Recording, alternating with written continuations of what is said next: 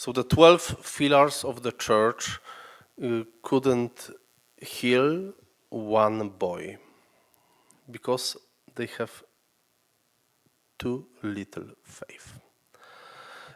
Jesus is comparing the faith which is needed to perform a miracle to the mustard seed. And we can get confused by it because we can think that mustard seed is what we see, for example, in the honey mustard sauce. But it's not so. This is too big. Mustard seed is few times smaller than a poppy seed. It is something really, really small.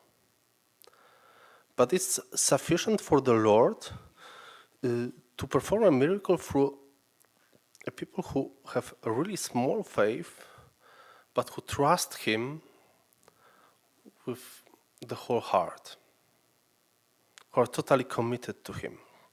And we can see this in the life of Saint Father Dominic. During the time when he lived, there were some heresies, like Cathar heresy in Europe, and some church dignities were trying to fight them with a sword through the Crusades. And Saint Dominic said that it is not a proper way. We have to deal with it in some other way, more Christian. And he was fighting the Cathars with prayer, preaching, and studies. He knew that only love showed in these three ways can convert them. And when he was preaching in Pruil, in the southern France, to some Cathar women, they all converted, and he founded from them the first Dominican monastery, which was the contemplative monastery of the nuns. It was a few years before he founded the Order of the Preachers for men. So the nuns were first in the Dominican family.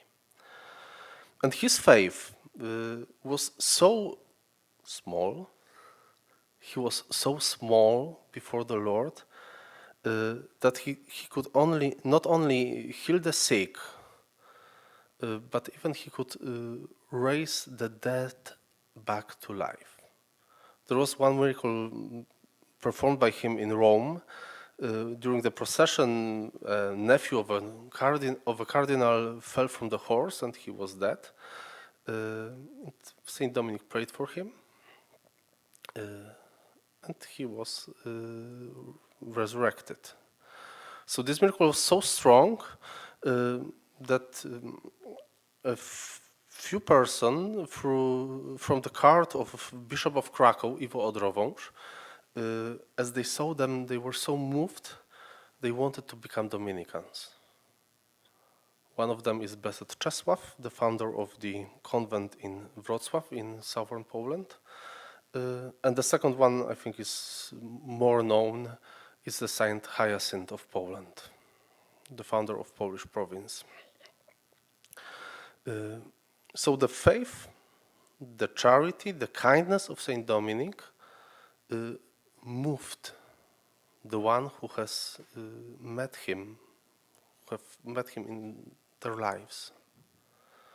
Not the sword, not screaming from the ambo that you will be cursed, you will end up in hell, but showing the love of God, showing His mercy. Saint Dominic spent almost the whole day on a prayer, and he was very often seen crying and shouting to the Lord, God, what will happen with the sinners? And that filled his heart with mercy and compassion. And that was the thing that was making his little faith stronger. As strong as to perform miracles during his life, after his death, as strong that the family he founded 800 years ago is now on all continents, preaching and glorifying the Lord with all the deeds they are performing. So let us look on his example and imitate him in our personal prayer, in preaching through our words and our life, and in studies, because we have to know what we believe in and what is important for the world we are sent to, just to talk directly to the heart, not above the heads.